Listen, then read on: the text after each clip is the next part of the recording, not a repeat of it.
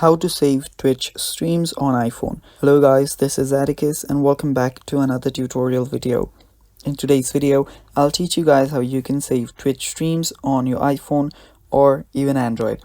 So without any further ado, let's dive right into it. So the first step is open up your Twitch. Make sure that you're logged in into your account. Then on the bottom right corner, you will see an option that says Profile. Tap on it, and on the top left, you will see Settings. After you're on Settings, scroll down and there you should find an option called Help and Legal. Tap on it and there you should find an option that says Privacy Notice. If you tap on it, it will take you to a desktop version or the web version of the app. Now what you'll need to do is tap on the three lines on the top right, scroll down and find the Browse option. Tap on Browse and it will take you to this option right here.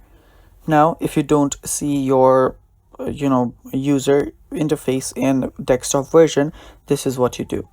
Tap on this top option here right besides the reload option and tap on the three dots on the bottom right. Right here you will see request desktop website. Just tap on that again and it will take you to a desktop version of the website. Now what you'll need to do is you will need to sign in into your account. So to sign in into your account, you should see an option on the top right corner where it says sign in or login. So tap on the login button and log in if you have not automatically logged in into your Twitch. After you've logged in into your account, tap on the profile option on the top right corner and then head over to settings. After on settings, you will see different options. Head over to channel and video. Now after you're here, tap on the three lines on the top left corner and then head over to stream. You'll see stream right under settings. And after you're on streams, what you'll need to do is head back here and scroll down and there you'll see an option that says store past broadcasts.